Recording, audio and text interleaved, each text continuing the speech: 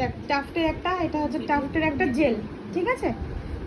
দেখ জেলটাকে এরকমভাবে নিবি হাতে, এরকমভাবে নিবি, হ্যাঁ এরকমভাবে করে আটকালি চুলটা, এই যে এরকম করলে তারপরে সামান্য পরিমাণে এই যে এরকমভাবে যে হেয়ারটাই করবে সেই হেয়ারটার মধ্যে ভালো করে মাখিয়ে দেবে, ঠিক আছে? হয়ে গেল ক্লিয়ার? এইটুকুনি বন্ধ করবো। চুলটা আঁচড়ে নিবি ভালো করে, জেল লাগানোর পরে চুলটাকে আঁচড়ানোর পরে এবার কালার দিবি। এই কালার কীভাবে মুভ করছি, কালারের মুভমেন্টটা কিন্তু প্রচুর দরকার, হ্যাঁ? ঠিকঠাক কালার মুভ করতে না পারলে কিন্তু প্রবলেম হয়ে যাবে, বেশিক্ষণ থাকবে না, কার্ল খুলে যাবে, এগুলো কিন্তু খুব ইম্পর্টেন্ট।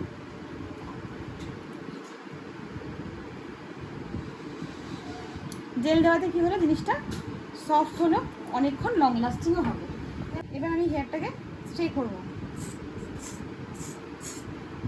ঠিক আছে?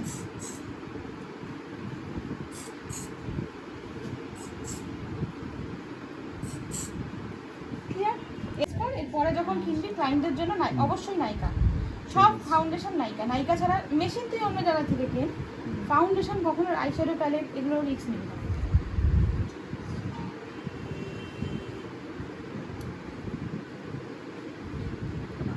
একটা একটা করে জেল লাগিয়ে একটা একটা করে কার্ল করবে, ঠিক আছে? সুন্দর করে করে কার্ল করবে, আস্তে আস্তে ধরে ধরে, ঠিক আছে? তাড়াহুড়ো কেউ কিন্তু করবে না। কার্ল যত সুন্দর হবে লং লাস্টিংও ততক্ষণই হবে। এটা আমার জেল দিয়ে করা, জেল দিয়ে কার্ল করে স্প্রে করা, তাতে কি হচ্ছে এটা অনেকটা হার্ড, হ্যাঁ এটার খোলার চান্সেস কম। আর এটা কি আছে শুধু কার্ল করে স্প্রে করা, জেল ইউজ করা হয়নি, তাতে কি হচ্ছে এটা একটা সফট কার্ল হয়েছে, মানে এটা তাড়াতাড়ি খুলে যাবে। যেই যখন জেল ইউজ করবি জিনিসটা হার্ড হয়ে যাবে, খুলবে কম। বন্ধ করছি।